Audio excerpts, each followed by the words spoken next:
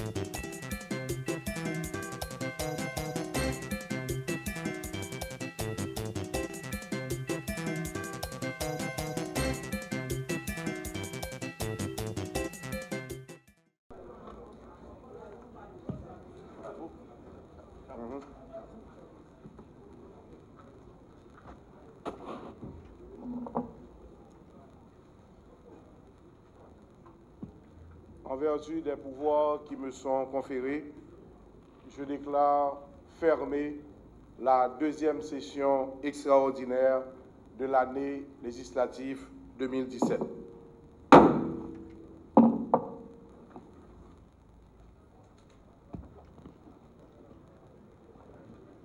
Député Hermano Exilor, veuillez donner lecture du point 3 de l'ordre du jour.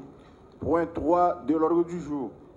Déclaration d'ouverture de la première session ordinaire de l'année législative 2018 par le président de l'Assemblée nationale.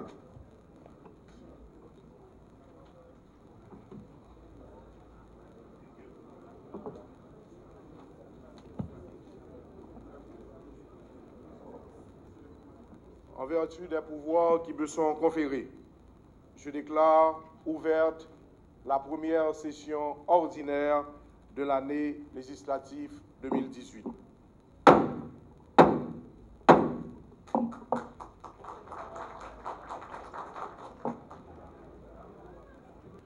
Au seuil de la nouvelle année politique, le rituel républicain nous convie dans la pompe traditionnelle de rendez-vous constitutionnel.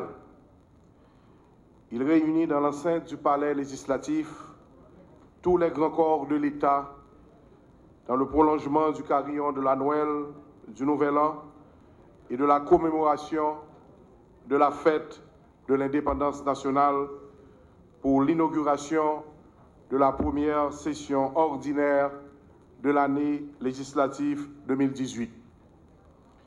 C'est ici le lieu et le moment pour nous autres parlementaires de proclamer une nouvelle fois notre foi en l'avenir de ce pays, quotidiennement taraudé par les préoccupations de la survie et du progrès.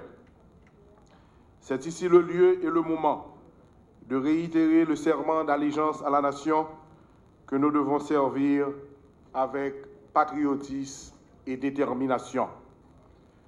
Je prends occasion de cette solennité républicaine pour renouveler au nom de mes collègues parlementaires du Sénat et de la Chambre des députés mes vœux fervents de bonnes et fructueuses années aux Haïtiennes et aux Haïtiens de nos villes et de nos campagnes, aux dirigeants légitimes du pays, Son Excellence, Monsieur le Président de la République, Jovenel Moïse, le Premier ministre Jacques-Guy Lafontaine et les membres du gouvernement, ainsi que les représentants des grands corps de l'État. Mes bons souhaits vont aussi à tous nos invités ici présents. Nous sommes tous présents et nous réitérons notre engagement à œuvrer de concert avec les autres pouvoirs d'État pour maintenir la stabilité politique indispensable à l'amélioration des conditions de vie de nos compatriotes. Mon allocution de ce jour représente ma dernière prise de parole officielle en tant que président du Sénat et de l'Assemblée nationale. En cette circonstance, j'exprime un immense sentiment de gratitude envers mes collègues sénateurs qui m'avaient accordé leur confiance pour présider la Chambre haute. Je présume que je ne les ai pas déçus.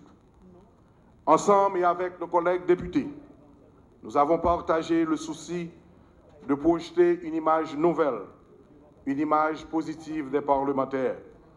Nous avons pris en compte les remarques et les critiques formulées par nos concitoyens et nous avons travaillé pour démontrer que les parlementaires haïtiens pouvaient être efficaces et remplir pleinement leur rôle constitutionnel. Sans forfanterie ni fausse modestie, nous pouvons nous enorgueillir de n'avoir pas démérité de la patrie. L'année législative précédente s'est révélée très productive. En effet, malgré les grandes difficultés, nous avons pu voter environ une quarantaine de lois, en grande majorité de nature économique et sociale. Nous avons adopté plusieurs résolutions d'intérêt public. Nous avons exercé sur le gouvernement un contrôle minutieux et efficace. Nous avons contribué au renforcement de la Cour de cassation et de l'Office de la protection du citoyen. Nous avons été très actifs dans la mise en œuvre d'une diplomatie parlementaire intelligente, active et porteuse de respect envers notre patrie commune. De tout cela, il ressort la preuve irréfutable que lorsque le législatif, l'exécutif et le judiciaire font montre de bonne volonté, quand ils arrivent à transcender les querelles futiles et les faux débats, ils peuvent travailler au bon fonctionnement des institutions. Nous aurions pu faire davantage. Malheureusement, l'esprit d'abnégation n'a pas été toujours au rendez-vous. Le Parlement tenait à exercer ses attributions constitutionnelles en vue de contribuer à la création du Conseil électoral permanent, une institution attendue depuis 30 ans. Je regrette que la procédure de mise en place du Conseil constitutionnel n'a pas été enclenchée. Le sens de la continuité de l'État de nos successeurs y pourvoira. J'adresse donc toutes mes félicitations aux députés et sénateurs qui ont su s'élever à la hauteur de leurs fonctions constitutionnelles. Par votre dévouement, chers collègues, votre sens patriotique, vos capacités intellectuelles, votre assiduité et votre volonté d'améliorer significativement les conditions de vie du peuple haïtien, vous avez transformé le Parlement en une institution d'État active, responsable et socio-économiquement transformatrice. Honorables collègues, la fin de l'année a été traversée par des rumeurs qui ont bouleversé l'esprit de certains parlementaires. Sans entrer dans les détails, nous louons la sagesse des responsables d'État qui n'ont pas cédé au chant des sirènes qui voulaient les pousser à générer un conflit entre les pouvoirs exécutifs et législatifs. Je le répète, nous voici tous présents, Frequentissimo Senatum, le Sénat dans la plénitude de ses effectifs, pour accomplir notre devoir jusqu'au terme de nos mandats, soit janvier 2020 pour les sénateurs élus en deuxième position aux élections de 2015, en même temps que les députés de la 50e législature, en 2022 pour ceux élus en première position à ces mêmes élections, et en 2023 pour les sénateurs élus aux élections de 2016. Une autre préoccupation a interpellé l'ensemble des pouvoirs d'État, la corruption. La corruption est un mal endémique qui entrave la dynamique du développement national. Contre un tel fléau, nous devons mener une lutte sans merci qui ne devait en aucune façon soulever des suspicions de parti pris ou de discrimination positive ou négative, car le Parlement ne saurait en aucune façon être un lieu où l'on s'adonne à la persécution politique ou à la destruction de la réputation de qui que ce soit. Néanmoins, il doit jouer son rôle de contrôle et mener des enquêtes sur tout sujet d'intérêt public, conformément à l'article 118 de la Constitution. Honorables membres du bureau, honorables parlementaires, le gouvernement travaille pour promouvoir la compétitivité et l'économie nationale et l'investissement. Le Forum sur la compétitivité et l'investissement organisée conjointement avec le secteur privé des affaires, témoigne de la volonté du gouvernement de poursuivre les objectifs de croissance et de développement du pays. Au niveau du secteur agricole, le gouvernement mettra le cap sur le développement des filières agroalimentaires, de l'agrobusiness, de l'innovation, de la formation des agriculteurs et des producteurs. Les réformes de l'administration publique restent des priorités importantes du gouvernement pour assurer la gestion des ressources humaines et la qualité des services publics. L'administration publique doit se capitaliser en ressources humaines et équipements afin de fournir des services utiles et nécessaires à la population.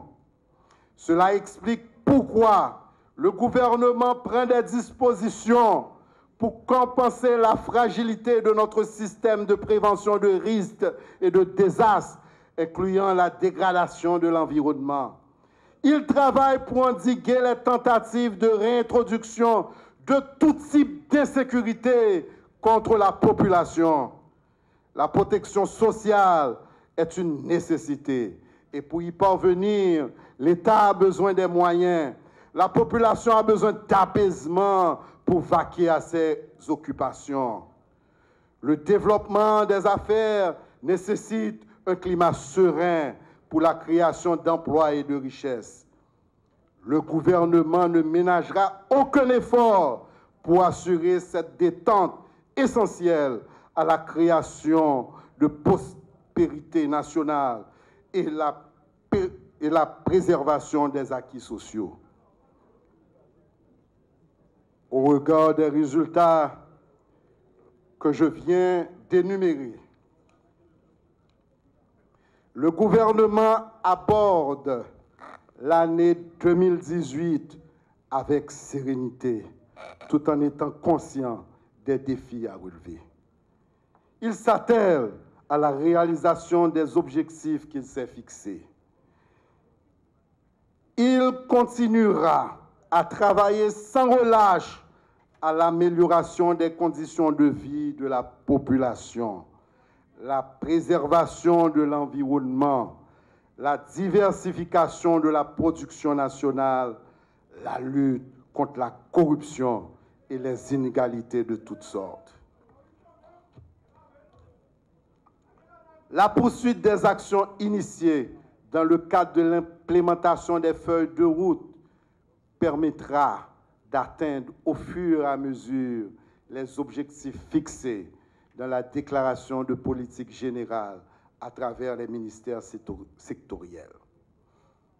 En tant que chef du gouvernement, je renouvelle ainsi mon engagement de rester en phase avec les grandes lignes du programme du président de la République, son Excellence Jovenel Moïse.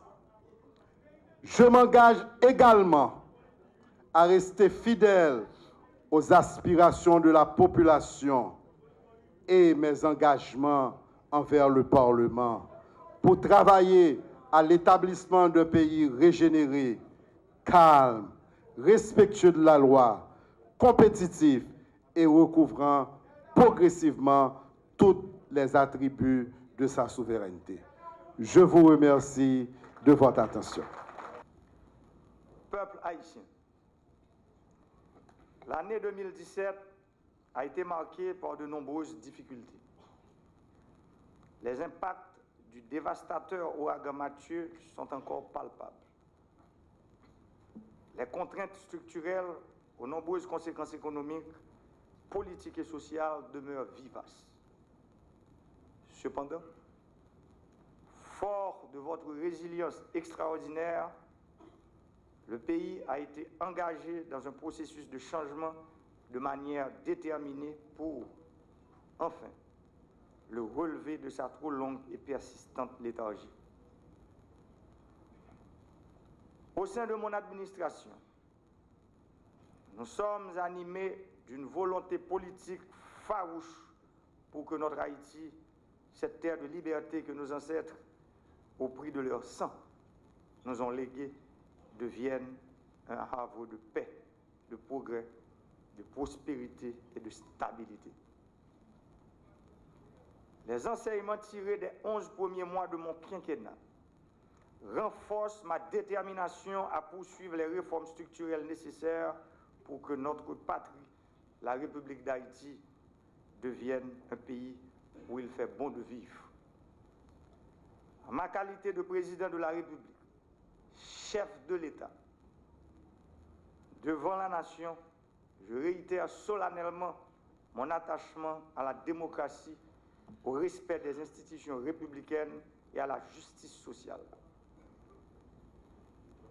C'est pourquoi, dès mon accession à la magistrature suprême de l'État, le 7 février dernier, conscient de la nécessité que le pouvoir exécutif et le pouvoir législatif convergent leurs efforts dans la recherche du bien commun, nous avions convenu d'un agenda législatif conjoint pour doter le pays des outils juridiques nécessaires pour sa bonne gouvernance. Je prends plaisir donc à adresser un hommage chaleureux et sincère envers les bureaux sortants et les commissions respectivement du Sénat et de la Chambre des députés, ainsi qu'à l'ensemble des parlementaires pour le volume très appréciable de travail accompli. C'est pour moi une des expressions de cette volonté politique à laquelle je me référais précédemment. Le Parlement, dans le cadre de ses attributions constitutionnelles, joue un rôle déterminant dans l'accompagnement du peuple haïtien dans sa lutte ardue pour la reconquête de la plénitude de la souveraineté nationale. Mesdames, Messieurs les parlementaires,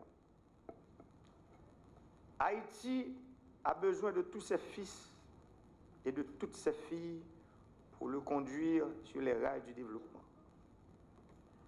C'est donc un devoir patriotique de mettre fin définitivement aux luttes fratricides qui, au bout du compte, ne font que faire régresser le pays. L'agenda législatif conjoint de l'année 2017, qui a abouti au vote de loi tant attendu pour lancer la réforme de l'État, est un exemple de notre capacité de nous mettre ensemble pour lancer le pays dans la voie de la modernité et du progrès économique, social et humain.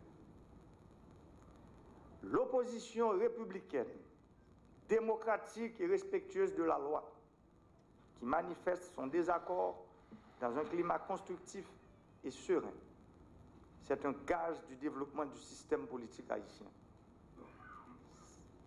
C'est un ferment essentiel de la stabilité politique. C'est une condition du bien-être collectif. Le changement de notre pays ne sera pas le fruit du hasard ou un cadeau qu'on nous fera. Il résultera de notre capacité de nous projeter dans l'avenir ensemble.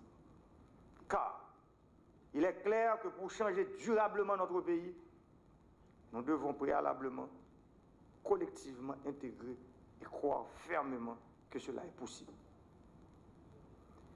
Nous devons dépasser le bavardage politique ambiant, assumer notre passé avec son actif et son passif pour le dépasser et affronter l'avenir avec intelligence et responsabilité. Nous devons proclamer haut et fort les valeurs que nous voulons promouvoir ensemble, les valeurs d'égalité, de liberté, de prospérité. Les ancêtres nous ont sortis de l'esclavage. Nous avons la responsabilité de laisser en héritage aux générations futures un pays meilleur que celui dans lequel nous avons grandi. C'est dans cette dynamique que j'inscris mon quinquennat. C'est à ce rendez-vous que j'invite l'ensemble du corps politique haïtien. Durant cette première année de mandat, je me suis mis à l'écoute de l'opposition s'exprimant au sein du Parlement, dans les quartiers, par le biais des organisations de la société civile ou à travers les médias. Mais les actes de banditisme, de vandalisme et de violence qui empêchent les paisibles citoyens de poursuivre librement leurs activités sont fortement condamnés et ne font pas partie du jeu démocratique, parce qu'une opposition se doit d'être critique, constructive et créative.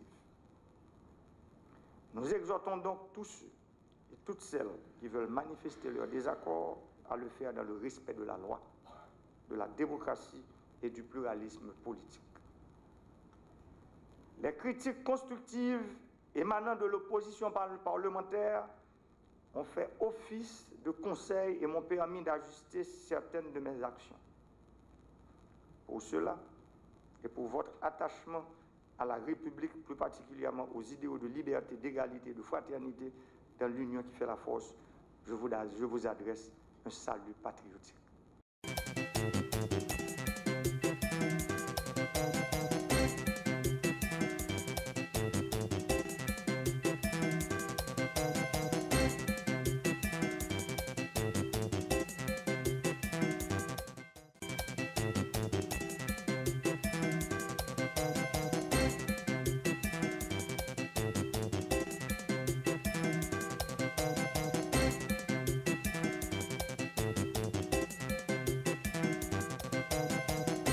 Ça que nous demandons en tant que délégué, il faut que tout délégué de ville fait partie de l'Assemblée municipale. Et ensuite, il faut tout casec pour présent publier les résultats de l'élection, côté que pour bail, pour ASEC toucher, pour délégué toucher chaque mois.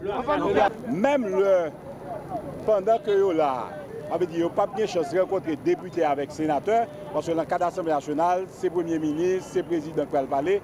Moi-même, comme secrétaire général de la Chambre des députés, c'est normal que moi tendez et prendre des dispositions ensemble avec eux pour qu'ils soient capables de rencontrer députés avec sénateurs, parce que députés avec sénateurs concernés par quelle que soit disposition que eux-mêmes ont gagné comme revendication. Moi-même, comme secrétaire général, je vais rencontrer avec eux et permettre que yo ka retourner pour rencontrer avec députés et sénateurs. Mais je dis à l'Assemblée nationale, donc disposition rencontrer sénateurs et députés, là difficile, mais ou même qui l'a tout comme journaliste, moi-même qui l'a comme secrétaire général, pas aucun moyen pour boycotter des élus.